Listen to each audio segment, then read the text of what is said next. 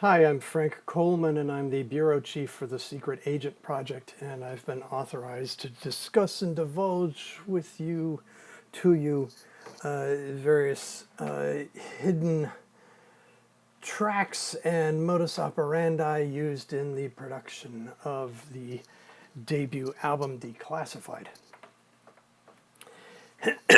So I wanted to really kind of give sort of a Rosetta Stone about this project and the songs contained therein while I still had it all fresh in my head from having recently completed it.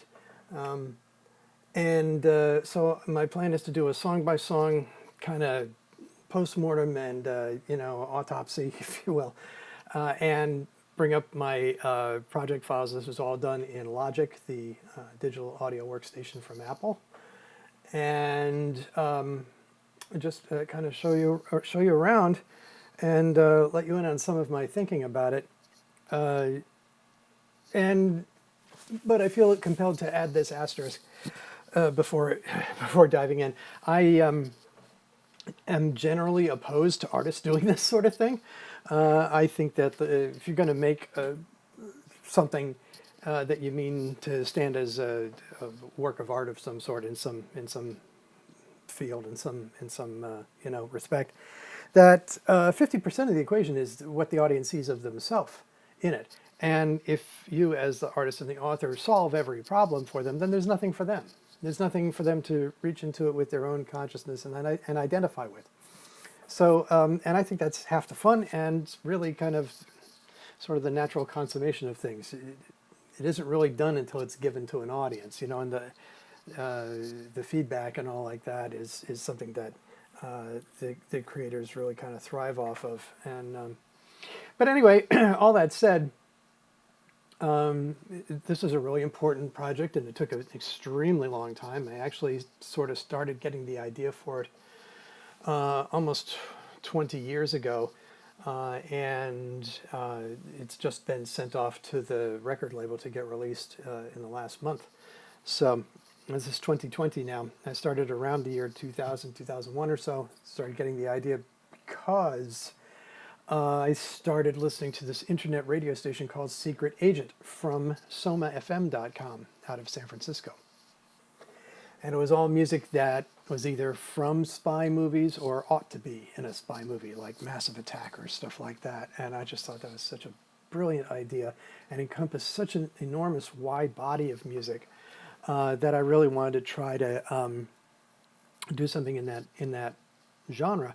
And also, I really like the notion of using dialogue samples in place of what would normally be lyrics or a singer, in part because it's appropriating samples from those Touchstone films and all like that that are part of the whole, the whole the genre, the whole thing.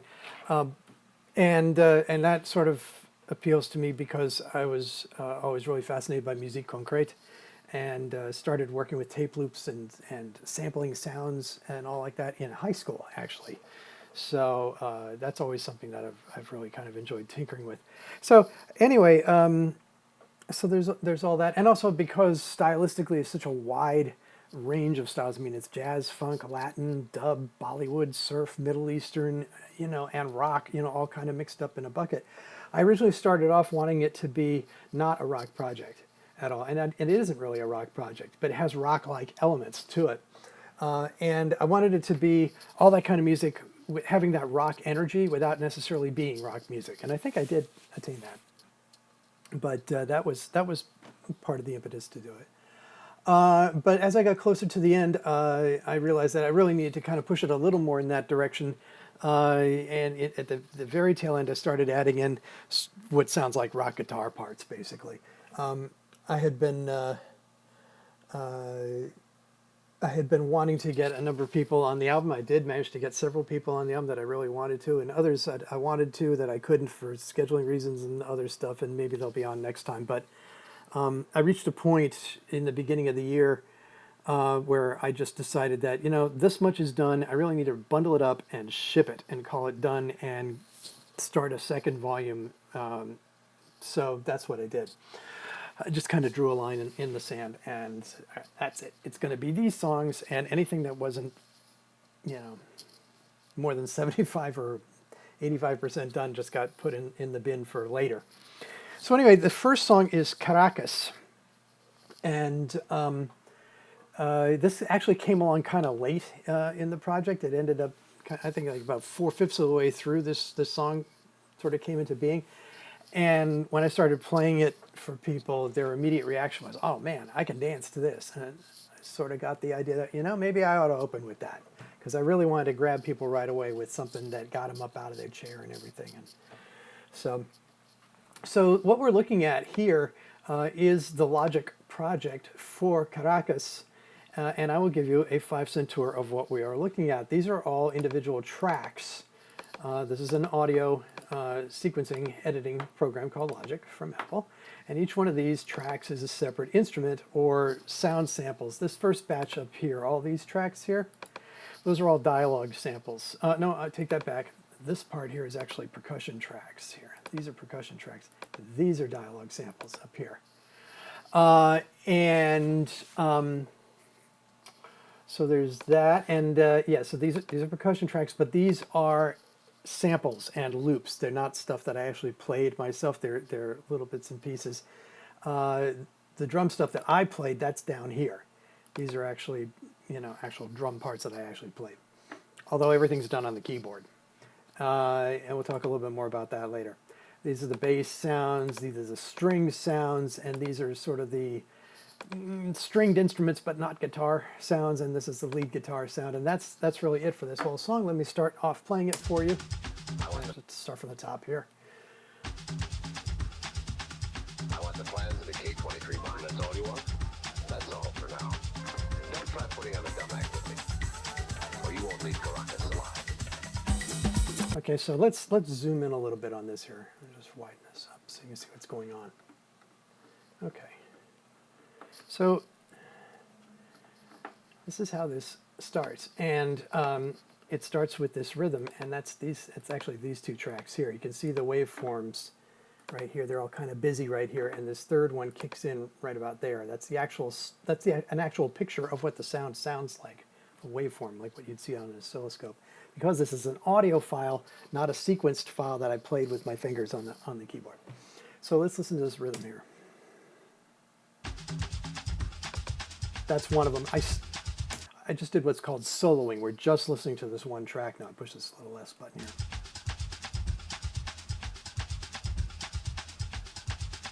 That's from a song called Foto Viva. This one here, I forget what, evening something. This one is. Now I cut all these loops by hand myself, which is another thing. This started, like I said, almost 20 years ago. So this started off using technology that was much more primitive than what we have now. And I actually began making this entire album in a piece of software that doesn't exist anymore, which is called Soundtrack Pro from Apple. And Soundtrack Pro allows you to bring in loops and have them play seamlessly and stack them on top of each other, and you could hear what they sounded like before you committed to them, which was amazing.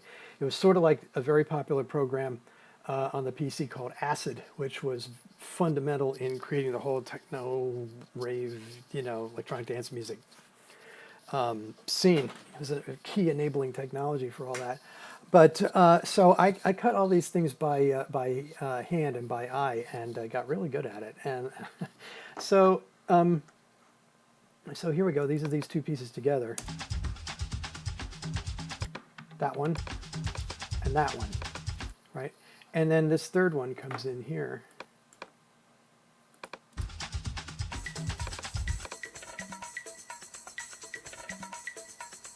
And that's from a song called B&S from Nicola Conte, I believe, which itself is all full of samples, as these things are too. And this is the recombinant nature of this kind of music.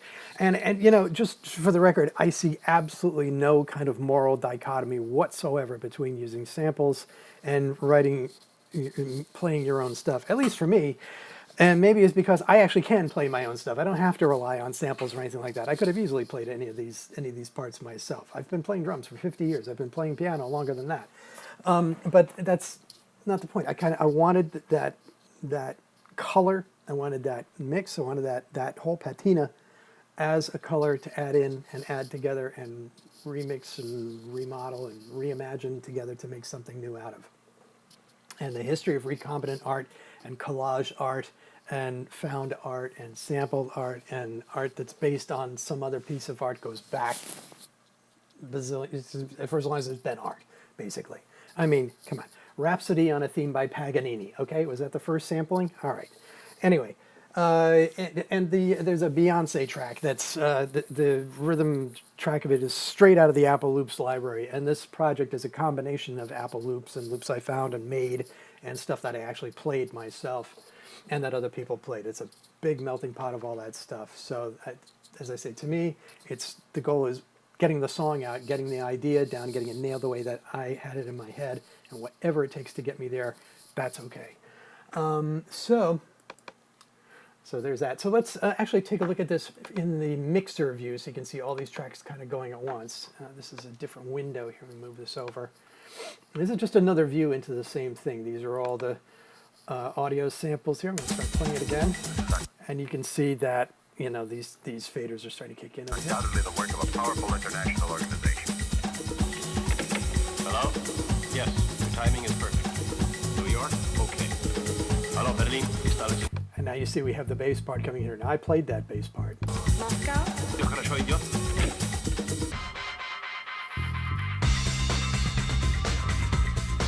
Okay, so we'll get to the body of the song in just a second. I just wanted to say something else about these samples here, particularly this. Let's see. So let's just listen to just the audio tracks. I'm just going to solo this here. So we just hear the samples. I want the plans of the K-23 mine. That's all you want? That's all for now. Don't try putting on the dumb act with me, or you won't leave Caracas alive. Now, so you hear the trumpet part is mushed into the background audio of the dialogue sample because it's in the movie. This is, I think it's Mission to Caracas. I have an enormous movie library. We probably have 20,000 films in our library, my wife and I. We're huge cinephiles. I mean, my wife's father was not only a film historian, he was kind of the film historian. He sort of started the whole thing, wrote the first books of film history back in the 50s and 60s, and was a collector himself. And so that's all sort of part of our family and heritage and all like that. So hundreds and hundreds of European spy films from the 1960s, many of which were never released in this country, never released on home video, or if they were only released on VHS and they never made it to Laserdisc or DVD. And many of them were dubbed by the same team of actors across different films. And they, they're ridiculous and absurd and glorious and it's just a wellspring of stuff. So I would sit down and I would watch these movies and I would stay with my iPad, and every time I heard a particularly juicy dialogue clip or a soundbite or whatever, I'd stop and take down the timing of when it happened in the film and just compile a whole set of notes, and then I would go through and go cha-cha-cha-cha-cha-cha and just go find those bits and those places in the film and cut out just that little bit of dialogue and make it into an audio file and drop it in here. So let's see. We have here, what's this one? This is undoubtedly the work of a powerful international organization. I mean, I don't remember where that came from, but I mean, what a great line. It could apply to any spy film. And then this clip right here. Hello? Yes, your timing is perfect. New York? Okay. Hello, Berlin? Installation in ordnung? Hello, London? Oi, Beijing? Ichi tu hao? Moscow? Yo хорошо идет? I think that's from Spy in Your Eye, which is a film I sampled from pretty heavily. Berlin Appuntamento, I think it's called. I'm butchering that title. So I love this because it reminded me of hello London, hello New York, hello hello Paris. It's like we're coming out of the box now. Or like Cheap Trick's Hello There, which is possibly the greatest opening song of all time. Hello there, ladies and gentlemen. Are you ready to rock? you know? So it had that aura to it, and so that's the secret agent version of Hello There, Ladies and Gentlemen. Let's take this back from the top here. I want the plans of the K-23 bomb. That's all you want? That's all for now. Don't try putting on a dumb act with me, or you won't leave Caracas alive. This is undoubtedly the work of a powerful international organization. Hello? Yes, your timing is perfect. New York? Okay. Hello, Berlin. Осталось in Ordnung. Hello, London. Ой, Пекин. Иди tu how? Moscow? Все хорошо идет? Hold the master tone.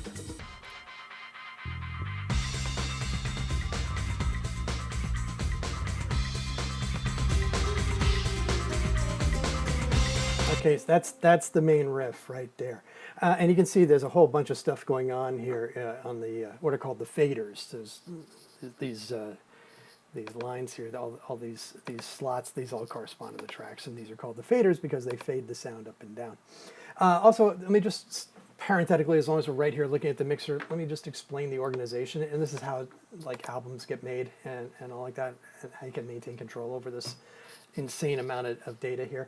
All of the samples, all of the audio samples, all get routed to one fader, which is down here. It's called the Vox subfader. All the sounds get grouped together by kind.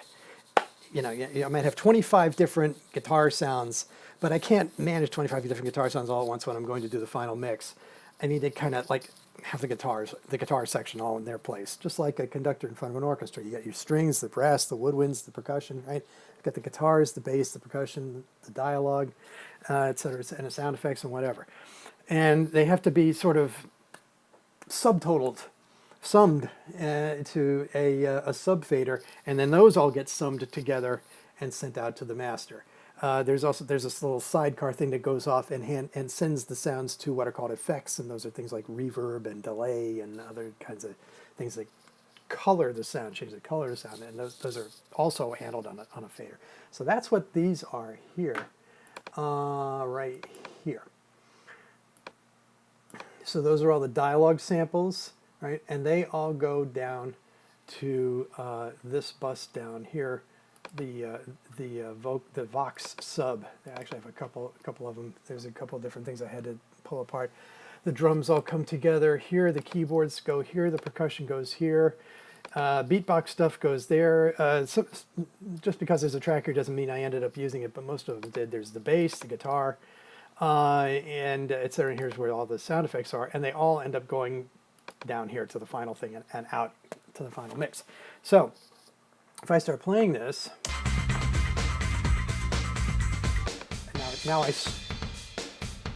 those are the drums. I've soloed just the drums.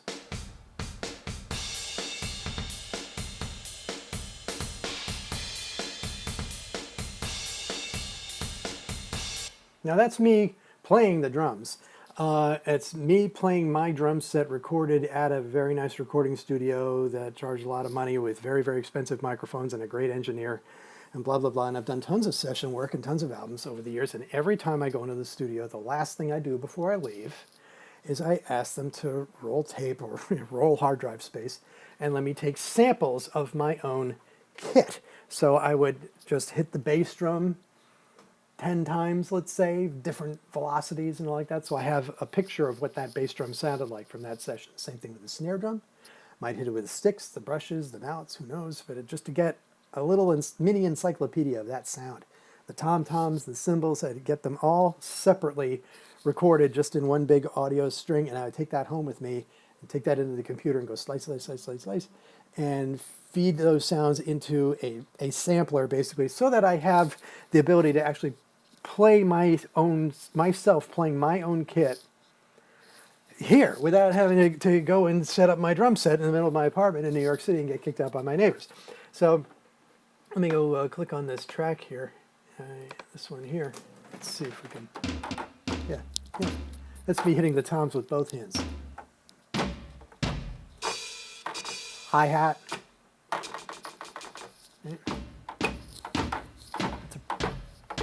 Go down an octave here. There's the kick drum. There's the snares. So,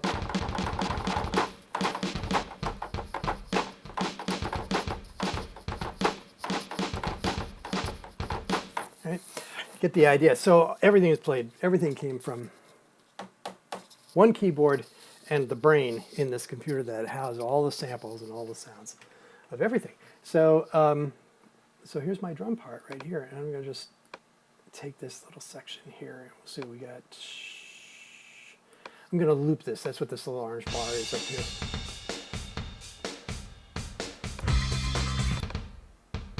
That's the kick drum. I actually, this is the secret sauce of my sound. I actually have multiple drum sets, and I actually will use the same part on two different drum sets. One might have a beefier, lower, thuddier sound, and might have more. One other one might have more articulation and more open sound, and I mix the two of them together, depending on the needs of the music, to get the right color of the kick drum sound. I do the same thing for the snare drum, et cetera, et cetera. So that's my big 26-inch Slingerland kick drum with no muffles in it. So you hear the whole body of the drum. And this is my other Slingerland kit. It's a slightly smaller kick drum, but it is recorded in a session that we had a lot better microphones and stuff like that, and so it's really sharp and on point. Here's the snare drum. That's one snare drum. That's the other snare drum. Here's just a little bit of that mixed in to give you a little bit of the articulation and the ring. We mix them together. Okay. So.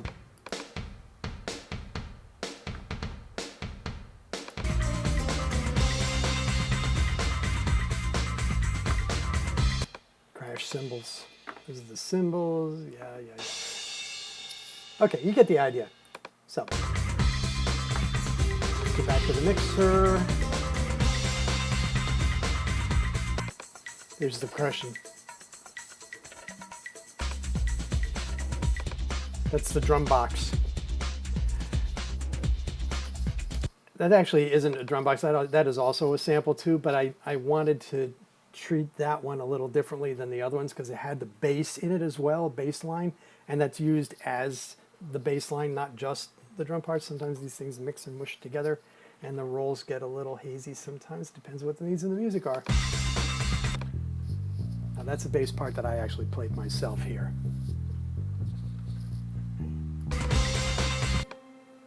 And this is a dulcimer. Come on. And yeah, I played that part here too. What we got?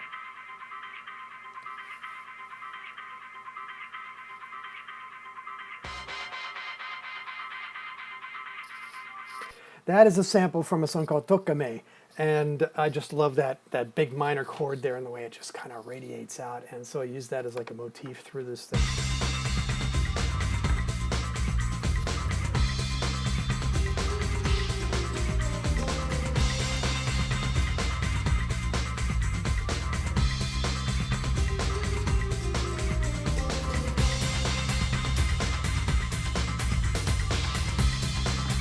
Okay, so now you can see that the whole song kind of zoomed out here from a distance, and let's see. Here's my hi-hat part. This is what it looks like. Let's look at the actual drum tracks here. These are the actual parts that I not here. I have to click into here. Okay. So this is a piano roll style of notation. It shows me these are all the drum parts here.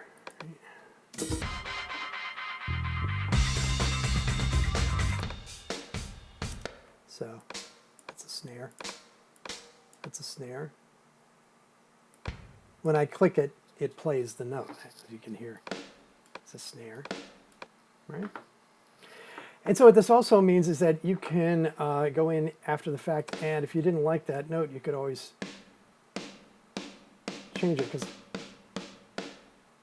maybe that's got a little too much edge in one frequency or another. I could move it down there if I want. So that's how you can edit a song after the fact. You can also look at it in score. Well, that's just one There's just one note. Let me see what happens if I try this. Well, whatever. There are ways to look at it in score notation too, and you can edit it, with traditional score notation if you're more comfortable doing that. I could do that, but I just generally find it easier doing the piano roll thing. But anyway, let's get back to it.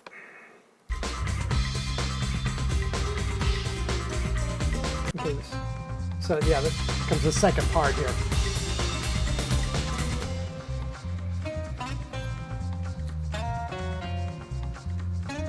Tonight's his night. Might be a short one, might be a long one. Okay, so in this one, the bass is getting picked up, I think, from this. Let's see, hang on. This one? Where's this one? That's that one. So that's got some percussion, but it's also got the bass mixed in with it. And I wanted that bass line because that's a classic Latin bass line. That's from a song called The In Samba by Nicole Conte. This is an Italian guitarist and DJ and just an absolute master, huge influence. Anyway, so yeah, the whole thing just kind of elevates up into this weird, has an Irish bouzouki going on. This is the other thing. This song is called Caracas, and there's Irish bouzouki's. There's references to, the Prime Minister in England. It's all Hungarians. It's all over the place because it's a secret agent, and it's an international thing.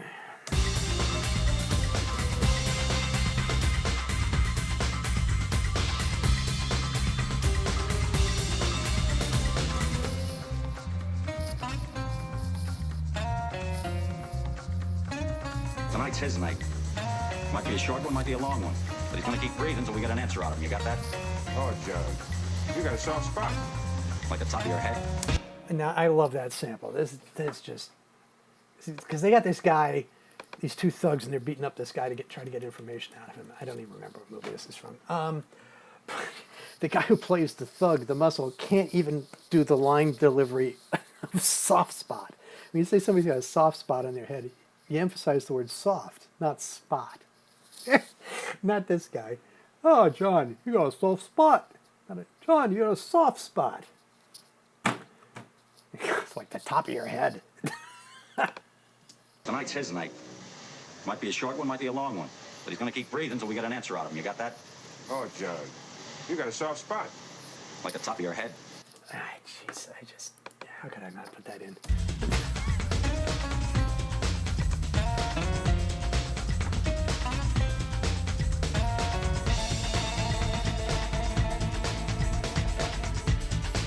Now, as to doing this key change here, and figure out how to transition into it sort of kind of gracefully, because it's a weird modulation, and so having the bouzouki do this trill right there kind of helps smooth the transition. Let's look at that part. I actually played this part too. This is not a sample. Here's the thing, and this sound, these different color shadings here, that's a different velocity, how hard I hit the actual note, and that makes a difference in the sound, right? That's hitting it really hard. So I guess that kind of articulation as opposed to that, right? So I'm really playing the tone of the instrument, not just the notes, and that's an important point, because to me, music is not just the notes; it's the tone. And the tone is where the expressivity is. Anyway, I needed to do this trill at the end here. So I literally just on the keyboard.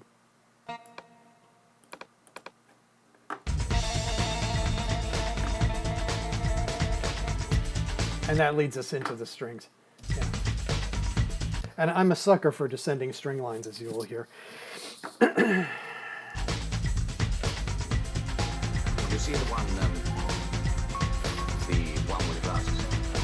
She's Hungarian. You see the one with the glasses? She's Hungarian. What's she doing in Caracas? And here comes another favorite sample of mine coming right up.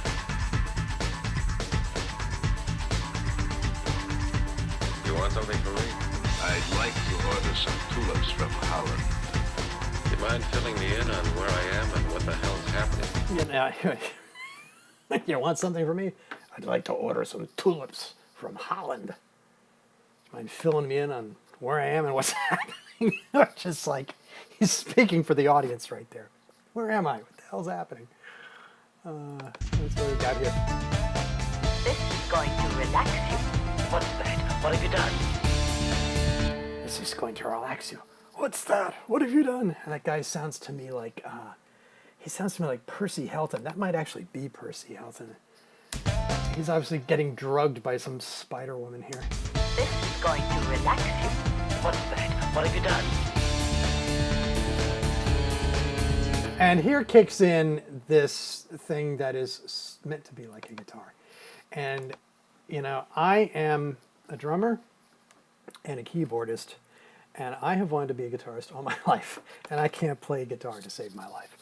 I love guitar, and I'm friends with many of the best guitarists in the world, and I admire them tremendously, and all I can do is try to emulate their sound and their style, you know, over here on this keyboard. So what we got, that's a little on the low side.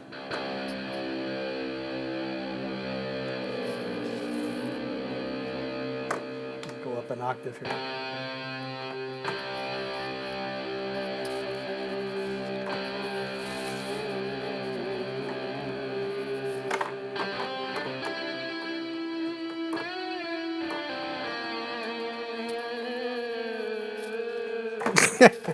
Right, so I can, you know, kind of get kind of close, I suppose. So anyway, this is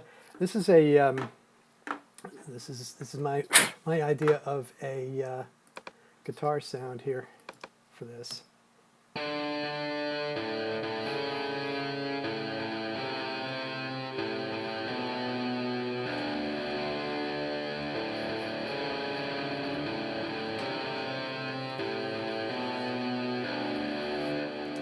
Now that sound itself is it starts with a stock patch from the Logic library called Sunburst Lead, and then I added a bunch of extra goodies here. This is what the sound sounds like by itself. And then I add a compressor, and a compressor makes the loudest sounds as loud as the softest sounds. It kind of squishes everything together so it punches through. Gives us a lot of attack. And then the main thing really is this amp. This is a virtual amp, and if I turn it on, let's start that again.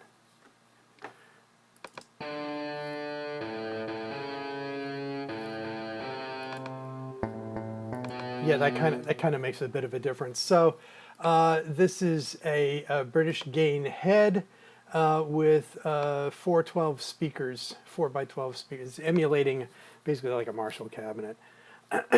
And on top of that, I have to give it a little delay. Right, that's the delay that lets it stretch out like that. If I just heard the amp off and left the delay on, it would be like this.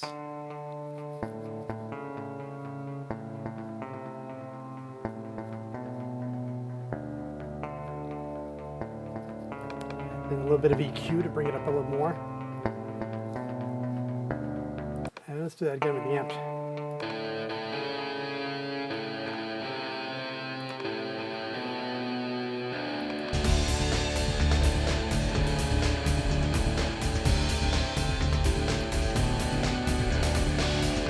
What's the Army going to do with so much LSD? Is that a raw egg? Have one every morning. Good for my virility. For a chicken. And we're back at the top again. And at this point, it's like we're 2 minutes and 30 seconds into the song, and we have traversed practically the entire globe. And here we come back again. And I love this sample. This is from 2 different movies, but I glued them together, and it just worked. What's the Army going to do with all that LSD? And then Patrick O'Neill, is that a raw egg? And Herbert Lom going, I have one every morning. Good for my virility. As if the Army had ingested so much LSD that they're all eating raw eggs first thing in the morning for their virility, right? Yeah, I just love that.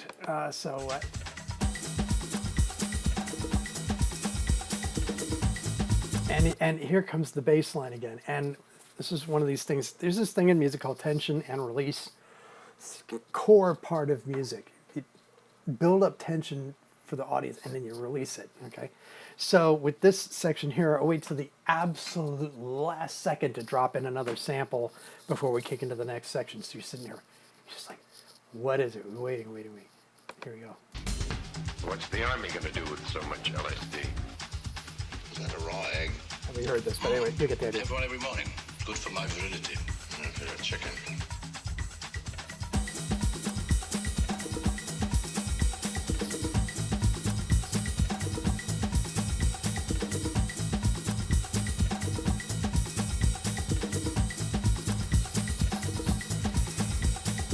But you know that he's mad, don't you? You're right, but he's still of value.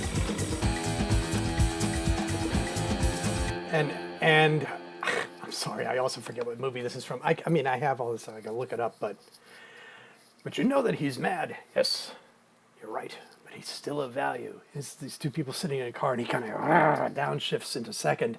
And I left that sound in there because it sounds like just before the guitar kicks in.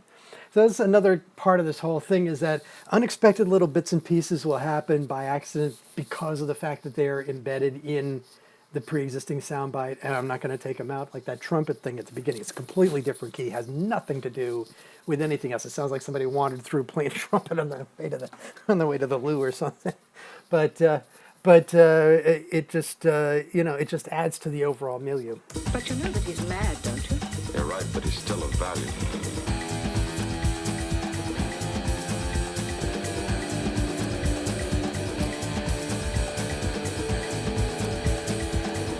Guitar solo.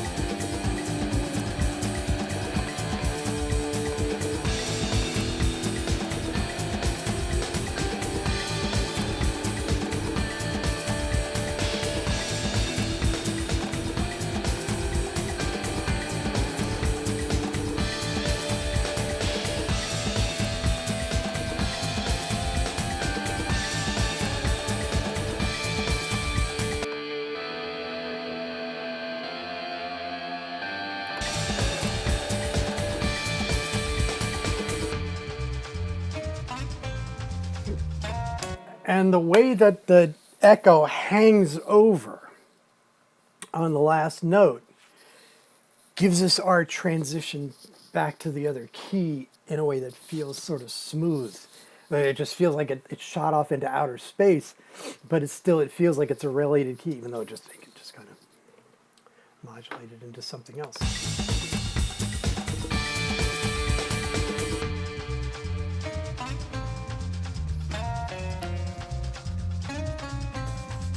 You know the Prime Minister wants you to have a knighthood, but unfortunately I'm afraid it isn't possible, not yet. The Home Office.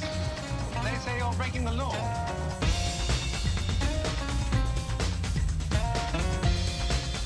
Comes that trill again. And the strings.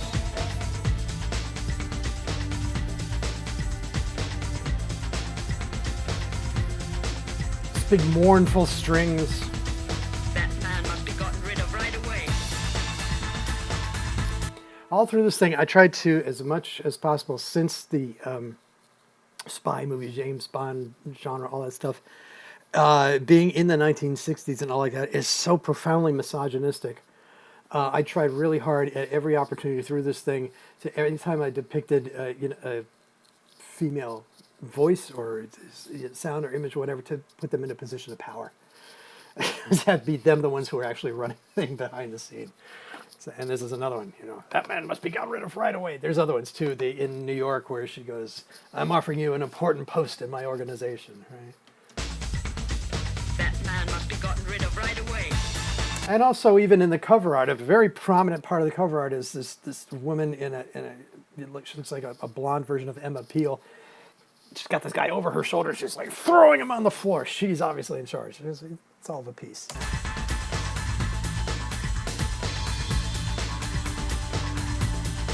Yeah, I love strings and all like that. And actually, not long after this album was done, after being in the works for 20 years, I finally got a hold of the Bernard Herrmann sample library, which was created in partnership with his estate.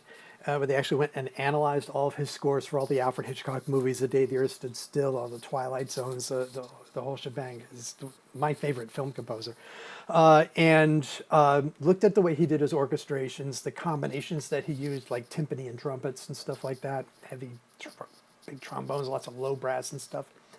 And then went in with an orchestra and a conductor and reconstructed those combinations, and basically, like I did with my drums, recording every kind of articulation that there is. So you have a database of his kinds of sounds with serious orchestra doing them, under guidance of the estate.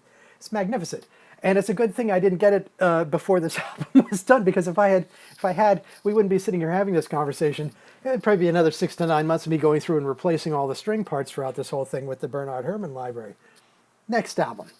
Anyway, so there's that, and we're just about done here with this song.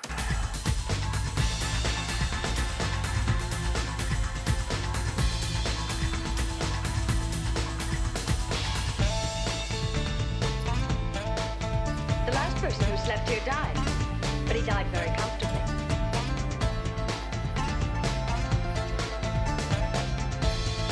Okay, so what happened here was I came up with this riff. Let's see.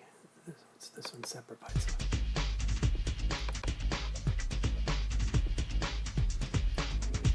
Okay, so that's the bass. That's the bass riff. It's from a song called "Night in the Park," and then But he died very... on top of that, I added.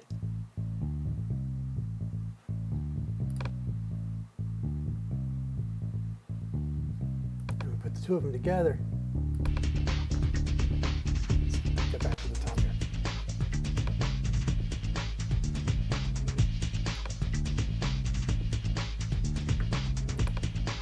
Let's add in the strings.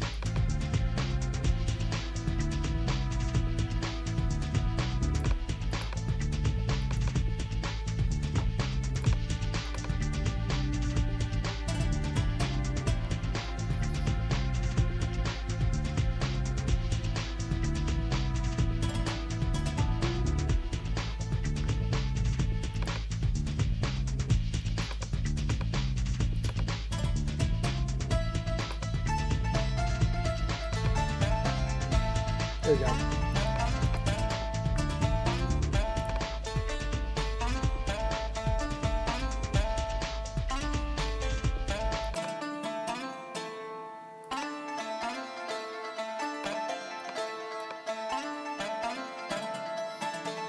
So what I did was I started with this figure here.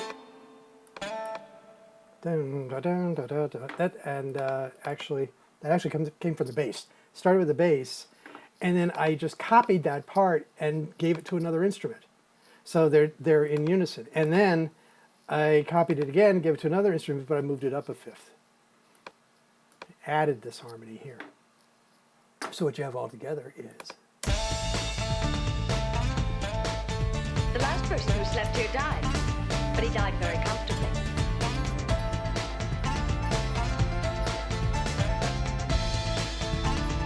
I'll take a chance on that. And so I love harmonies that are angular. We've got like 3 or 4 of them going at once, and they make up chords as they go, but like they're all kind of like this. And that's what's going on here. This happens a lot through this whole album. Lots of counterpoint and stuff like this. I also am a big fan of what's called the ostinato bass line, where the bass stays the same and everything else changes around it, and it just makes the harmony feel like the entire globe is spinning around this axis here.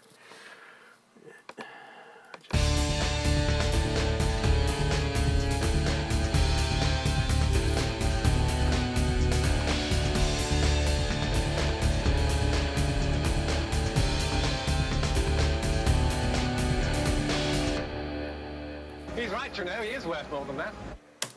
That's Caracas. So there you go. Like I said, I really wanted to try to do like a, for the record, brain dump on each one of these songs while I still have it in my head for future generations. If this ever is any interest to any of, any of my, like my young nephew or his kids or their kids or whatever years from now, assuming there still is music on a planet. Here you go. This is what Weird Uncle Frank was all about. All right, hope you enjoyed And we're going to do New York next, which was another major, well, you'll see.